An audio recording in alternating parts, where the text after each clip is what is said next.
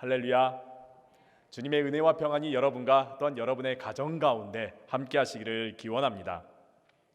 미국 하버드 대학의 글쓰기 지도 교수를 지낸 루이스 하이드가 선물이라는 책을 저술하였습니다.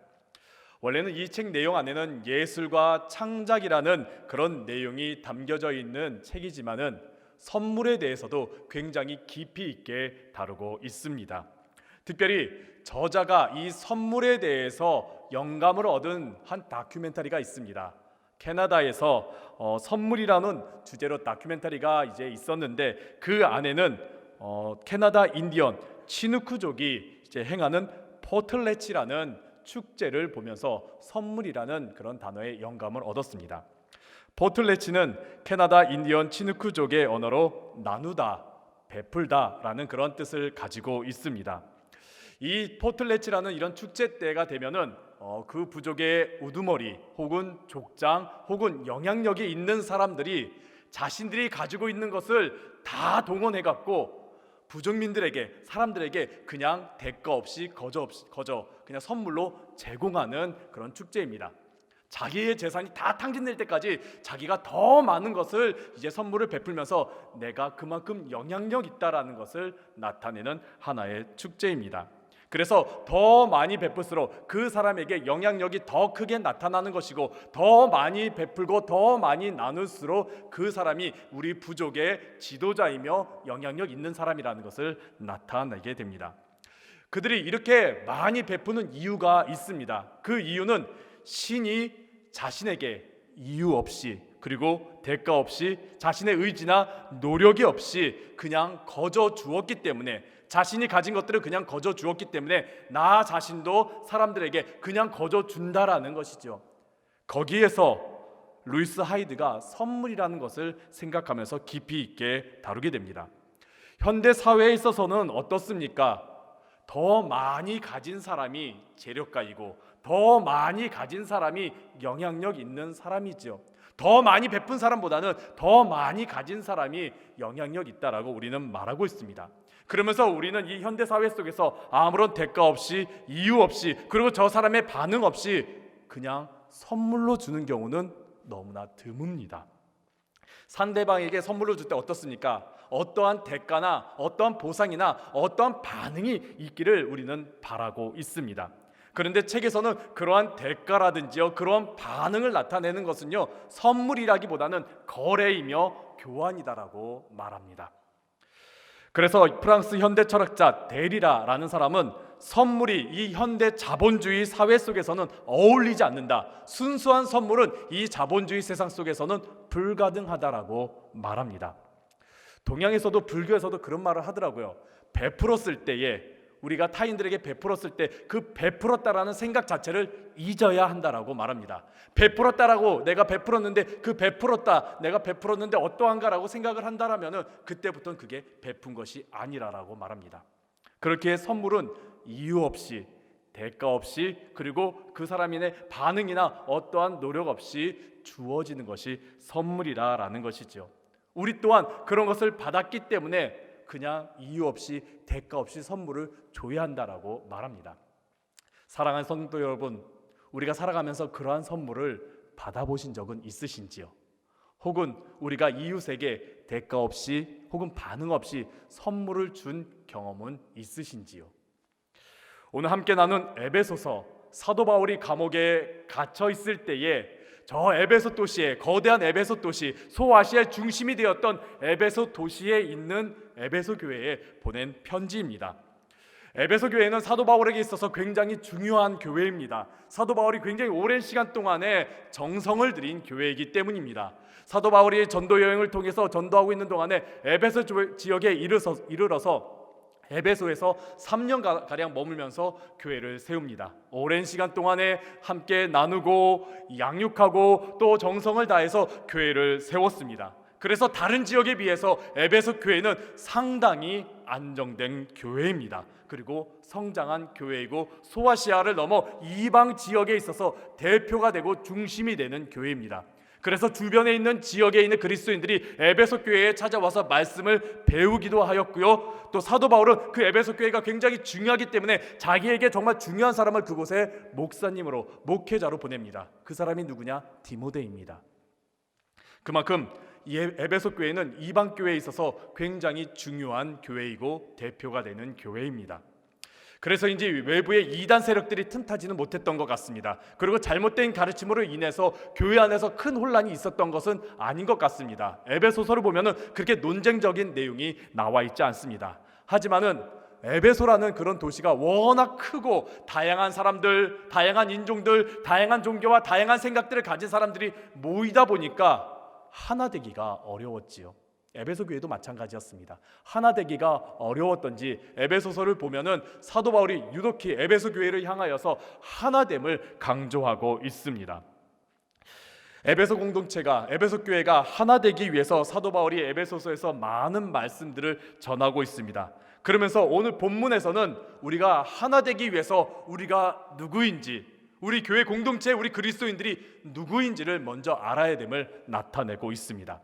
우리가 누구냐? 오늘 본문에서 첫 구절에 이렇게 말합니다. 우리는 복받은 사람이다라고 말합니다. 어떠한 복을 받은 사람이라고 말할까요? 신령한 복을 받은 사람이다라고 말합니다. 신령한 복은 영적인 복입니다. 이 땅의 복이 아니라, 현세적인 복이 아니라, 물질이라든지 건강이라든지 혹은 우리가 잘 되는 그런 현세적인 복이 아니라 저 하늘에 속한 영적인 복을 말하고 있습니다. 그 복은, 그 신령한 하늘에 속한 그 복은 오늘 본문의 말씀을 보니까 예수 그리스도 안에 있어야지만이 우리가 받을 수 있다라고 말합니다. 사람들은 복을 받기 위해서 참 많은 노력을 합니다. 어떻게 하면 복을 받을 수 있을까? 어떻게 하면 내가 정말 복받은 인생이 될 수 있을까? 그 방법을 찾기도 하고요, 정말 많은 노력을 하기도 하고요, 많은 대가를 치르기도 합니다. 그렇다면 하나님께서는 우리가 복받기 위해서 어떻게 하라고 말씀하실까요? 오늘 본문에 있는 말씀을 보니까 우리의 예상과 다르게 하나님께서는 사랑 안에서, 사랑으로 우리에게 복을 주신다라고 말씀하고 있습니다. 사랑 안에서의 그 사랑이라는 단어는 헬라어로 아가페라는 단어를 사용하고 있습니다. 우리가 잘 알다시피 하나님의 사랑을 나타내고 있고 하나님의 무조건적인 그리고 대가 없는 사랑을 나타내는 단어가 바로 아가페입니다.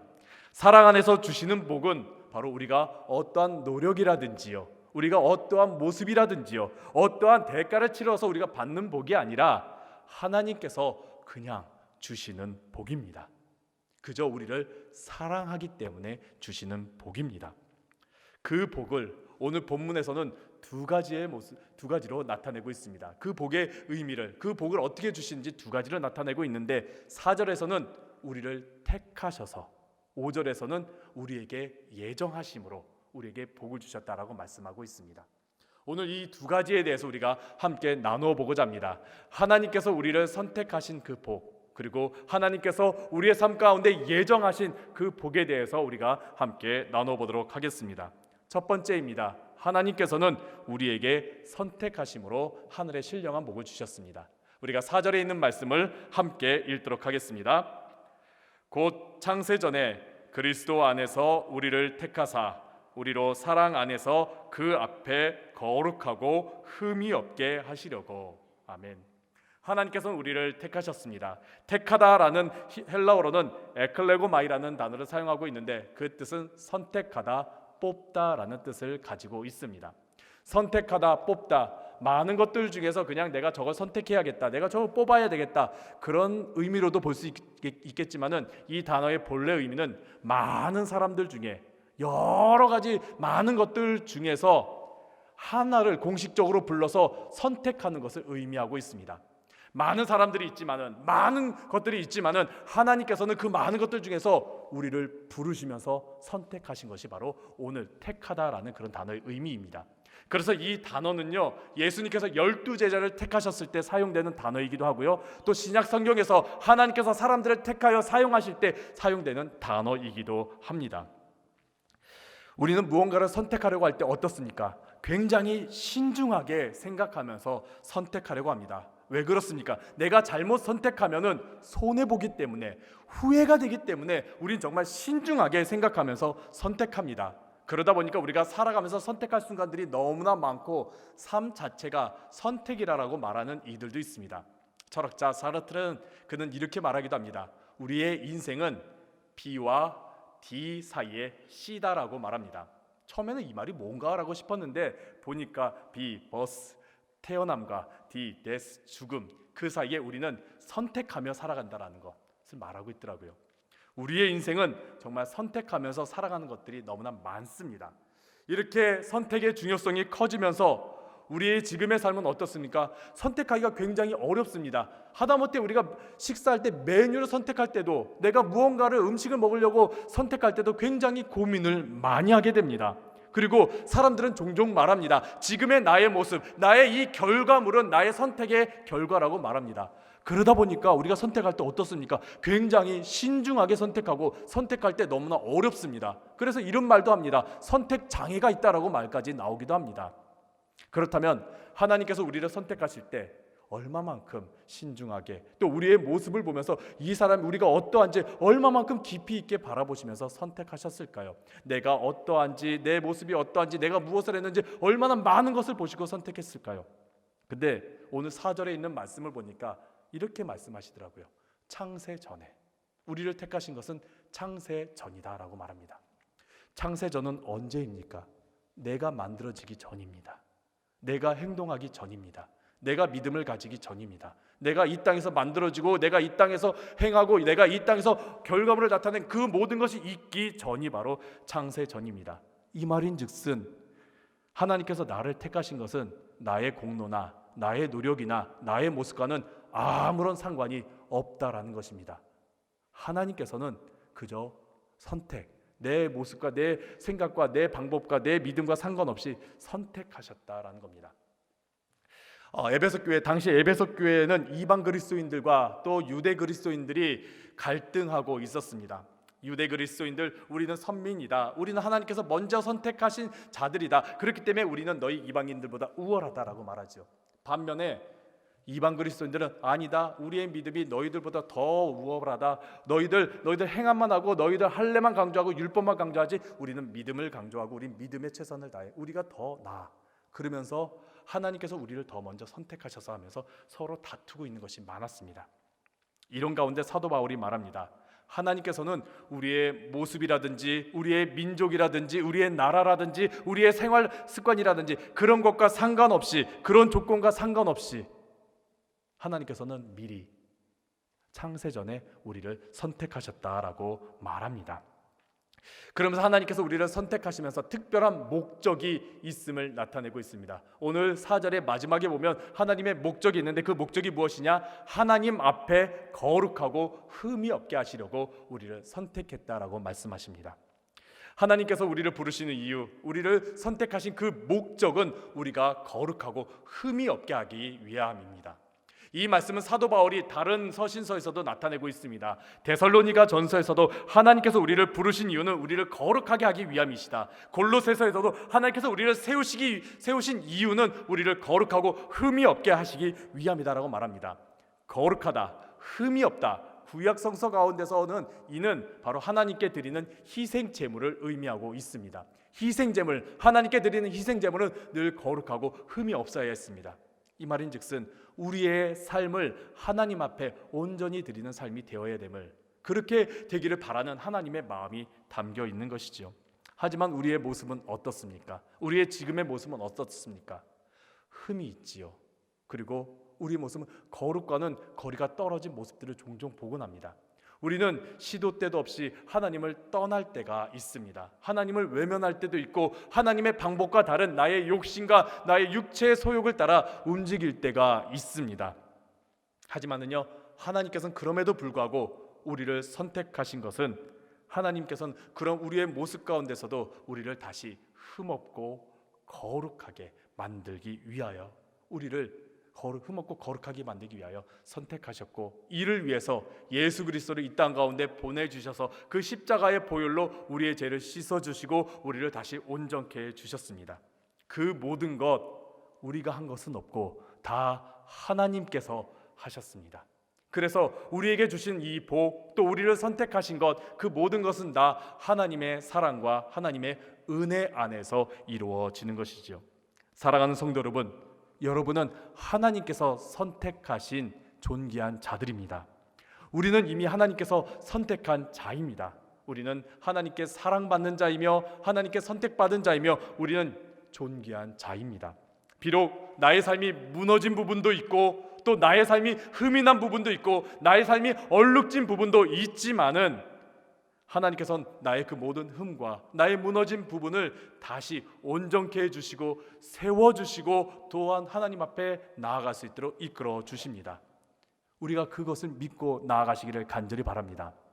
더불어서요, 저 멀리 튀르키예와 시리아 땅 많은 것들이 무너졌습니다. 많은 것들이 다 그들은 주저앉은 모습 가운데 살아가고 있습니다.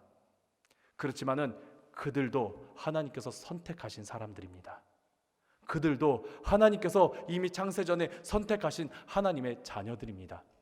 그들이 다시 일어날 수 있도록, 무너진 것들이 다시 세워질 수 있도록, 상처난 것들이 다시 온전해질 수 있도록 우리가 그들에게 하나님의 사랑을 전해주시고 기도해 주시기를 간절히 바랍니다. 하나님은 여러분을 선택하셨습니다. 나는 선택받은 하나님의 자녀임을 늘 기억하면서 살아가시는 여러분들 되시기를 간절히 바랍니다. 두 번째입니다. 하나님께서는 우리를 예정하심으로 하늘의 신령한 복을 주셨습니다. 우리 함께 5절에 있는 말씀 함께 읽도록 하겠습니다. 그 기쁘신 뜻대로 우리를 예정하사 예수 그리스도로 말미암아 자기의 아들들이 되게 하셨으니. 아멘. 예정, 우리가 알다시피 그 예정이란 뜻은 이미 정해졌다라는 뜻을 가지고 있지요. 헬라어로는 프로오리조라는 단어를 사용합니다. 그 뜻은 어떤 것을 미리 결정하다라는 뜻을 가지고 있습니다. 어떤 것들을 결정하기 위해서 조사하고 연구하고 고민하고 있는 가운데 이걸 결정해야 되나 말아야 되나 그런 가운데 이미 결정된 것이 예정입니다. 우리들이 어떻게 움직이기 전에 우리들이 뭔가 결정하거나 우리들이 어떻게 이것을 결정해야 되나 말아야 되나 고민하기 이미 전에 결정된 것을 예정이라고 합니다. 그렇기 때문에 우리가 지금 행하고 있는 노력이라든지요, 우리의 모습과는 상관없이 하나님께서는 이미 모든 것을 결정하셨다라는 것이죠. 세상은 어떠합니까? 결정하기 위해서 많은 연구를 하고 많은 고민을 하지요. 연예인 한 명을 뽑기 위해서, 대통령 한 명을 뽑기 위해서, 사람을 뽑기 위해서 어떠합니까? 우리는 굉장히 많은 것을 고민합니다. 그 사람이 대통령 되기를 결정하기 위해서, 또 이 사람을 이곳에 세우기 위해서 결정하기 위해서 우리는 정말 많은 노력들을 합니다. 그 사람이 어떠한지, 어떤 스펙을 가졌는지, 어떤 모습을 가졌는지, 어떠한 결과물을 가졌는지 우리는 그것을 굉장히 연구하고 그것에 따라 우리는 결정하지요. 근데 하나님께서는 그렇지 않습니다. 하나님은요, 그것 이전에 이미 우리를 결정하셨다라고 말합니다. 예정이 바로 그것이에요. 하나님께서는요, 우리가 어떻게 움직이든지 어떻게 우리가 결과물을 나타내든지 그것 이전에 이미 우리를 결정하셨습니다. 어떤 결정을 하셨습니까? 하나님의 자녀됨을 결정하셨습니다. 하나님의 아들됨을 하나님께서는 미리 우리 결정하셨습니다. 이 모든 것이 다 하나님의 기쁘신 뜻 가운데 이루어진 것입니다. 하나님의 주권적인, 하나님의 절대적인 뜻 안에서 이루어졌다라는 것이죠. 누군가의 간섭에 의해서, 누군가의 영향력에 의해서 결정된 것이 아니라 하나님께서 직접 결정하셨다라고 말씀하고 있습니다. 유대인이라고 더 특별한 게 없습니다. 또 이방인이라고 또 로마인이라고 더 우세하고 특별한 것이 없습니다. 하나님께서는 그저 우리 모두를 동등하게 미리 결정해 주셨습니다. 하나님의 자녀로서 내가 태어나기 이전에, 내가 행동하기 이전에, 내가 믿음을 고백하기 이전에 이미 하나님께서는 우리가 하나님의 자녀가 될 것을 미리 결정해 주신 것이지요. 아무 공로나 조건이나 상관없이 그저 하나님의 사랑으로, 하나님의 은혜로, 하나님의 선물로 이 모든 것이 다 결정되어진 것입니다. 그런데 우리가 너무 하나님을 멀리 떠나는 것을 보게 됩니다. 창세기부터 쭉 구약에 있는 말씀들을 보면은요, 하나님께서는 우리와 함께 하시려고 우리를 창조하시고 또 우리와 함께 하시려고 하셨고 우리를 자녀처럼 돌봐주셨습니다. 우리는 하나님의 자녀나 다름없이 살았습니다. 그러나 우리는요, 자꾸만 하나님을 멀리 떠납니다. 그럴 때마다 하나님께서는 우리를 선택하셨고 우리를 이미 예정하셨기 때문에 다시 다가오셔서 우리를 회복시켜 주시죠. 근데 그럼에도 불구하고 우리는 자꾸 더 멀리 하나님을 떠납니다. 그리고 심지어 하나님을 잊고 하나님을 외면한 채 살아가게 되지요. 이러한 모습을 보면서 사도 바울은 에베소서 2장에 가서 이렇게 말합니다. 그때 우리는 불순종의 아들들이었다. 그때 우리는 본질상 진노의 자녀였다라고 말합니다. 하나님의 자녀가 아니라, 원래 하나님의 자녀였는데 하나님의 자녀가 아니라 본질상 진노의 자녀며 불순종의 아들로서 우리가 살아갔다라 그런 것이죠. 그 아들을, 그러한 사람을, 우리를 다시 하나님의 아들로 삼기 위해서는 하나님께서는 커다란 대가를 치르셨습니다. 무엇입니까? 바로 예수님의 십자가이지요. 이를 이해하기 위해서는 로마의 그 양자가 되는 그런 법을 좀 이해할 필요가 있습니다. 에베소서가 쓰여질 당시 로마 사회, 또 에베소 그 지역에는 로마의 영향력이 굉장히 강했던 때입니다. 로마의 문화가 굉장히 깊이 있게 뿌리내렸던 때입니다. 당시 로마는 굉장히 강한 가부장제 사회였습니다. 아버지의 권력이 굉장히 강했습니다. 아버지의 권력이 얼마나 강했는지 자녀들요 노예로 팔 수 있었습니다. 자녀가 시원치 않고 내가 마음에 들지 않고 내 후계자가 될 수 없으면요 과감하게 포기해버리고 버릴 수도 있었습니다. 그게 아무런 법적인 문제가 없었습니다. 그리고 당연하다고 여길 정도였습니다. 자녀가요 그렇기 때문에 아버지에게 인정받기 위해서요 로마 시대에서는요 아버지에게 인정받기 위해서 굉장히 서로 치열하게 치고받고 싸우는 경우가 종종 있었습니다. 그럼에도 불구하고 아버지가 자녀들을 보고 아들들을 봤을 때 후계자가 없다 그러면은 다른 사람, 저 사람이 마땅하다 싶으면 그 사람은 양자로 삼았습니다. 그 양자로 삼을 때에는요 여러 절차가 필요한데 굉장히 큰 대가가 필요합니다. 보통 노예를 구매할 때는 한 번에 그냥 구매로 얻어질 수 있지만은 양자를 얻기 위해서는 3번의 거래를 해야 한다고 합니다. 한 번 그 값을 치렀다고 해서 된 것이 아니고요 2번, 3번을 치러야지만이 그 값을 치렀다라고 합니다. 더불어서 그 양자의 친아버지가 저 사람 내 아들임을 포기합니다라는 선언까지 필요하다라고 합니다. 그래야지만이 양자를 얻을 수 있다라는 것이죠. 그렇게 양자를 얻게 되고 얻게 되면은 그 양자는 자신의 친아들과 같은 그런 권리를 얻게 됩니다. 이름도 바뀌고요, 성도 바뀌고요, 나중에 상속받을 때에 친자녀들과 같이 똑같은 동등된 조건으로 상속을 받게 됩니다. 아들로서의 권리를 가지게 되는 것이죠. 마찬가지입니다. 하나님께서 우리를 본질상 진노의 자녀 가운데, 불순종의 자녀 가운데 있던 우리를 하나님의 자녀로 다시 회복시키시기 위해서 우리에게 정말 크나큰 대가를 치르셨습니다.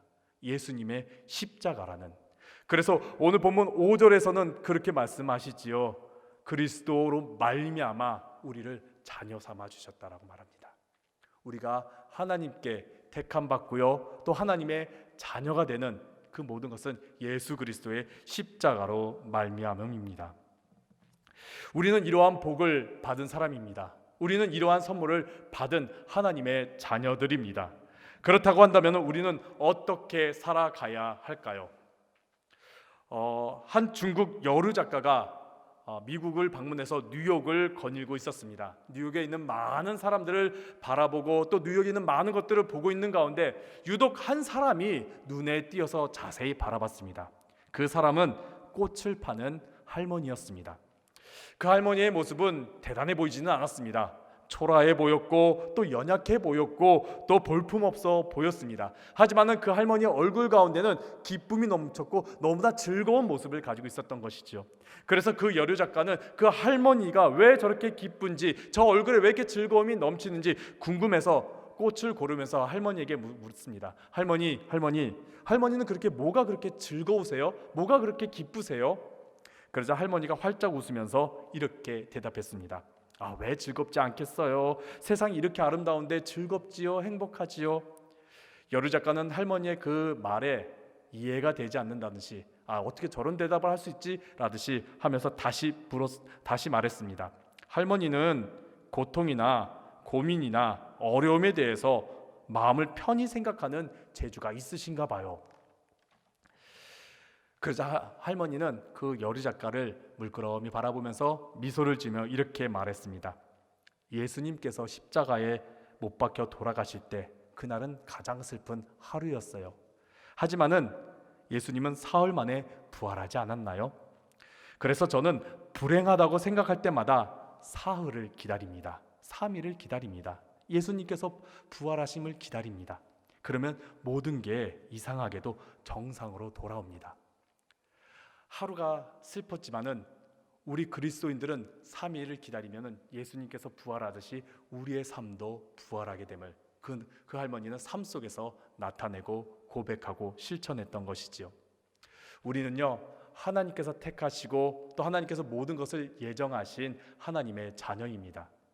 우리는 이미 하나님의 자녀가 된 사람들입니다. 우리는요, 하나님의 자녀가 되기 위해서 노력해야 될 사람이 아니라요, 우리는 하나님의 자녀이기 때문에 자녀답게 살아갈 사람들입니다. 그렇기 때문에 우리가 살아가면서 어려움이 다가오고 또 힘든 일이 다가오고 고민된 일이 다가올 때마다 내가 누구인지를 먼저 생각하는 여러분들 되시길 간절히 바랍니다. 하나님께서 이런 나의 어려움들 가운데 나를 구원하시기 위하여, 나를 건지시기 위하여, 나에게 은혜 베푸시기 위하여 나를 택하셨구나. 그리고 하나님께서 이 험한 세상 가운데서 나를 홀로 내버려 두는 것이 아니라, 나를 외면하는 것이 아니라, 나를 버려둔 것이 아니라 하나님의 자녀를 되기 위해서 나를 이미 창세 전에, 이미 내가 결정되기 전에, 내가 이미 생각하기 전에 결정하신 분이구나. 나는 이미 결정된 사람이구나라는 것을 기억하면서 살아가는 여러분들 되시기를 간절히 바랍니다. 우리가 잘 아는 탕자의 이야기가 있잖아요. 탕자는요, 어떠했습니까?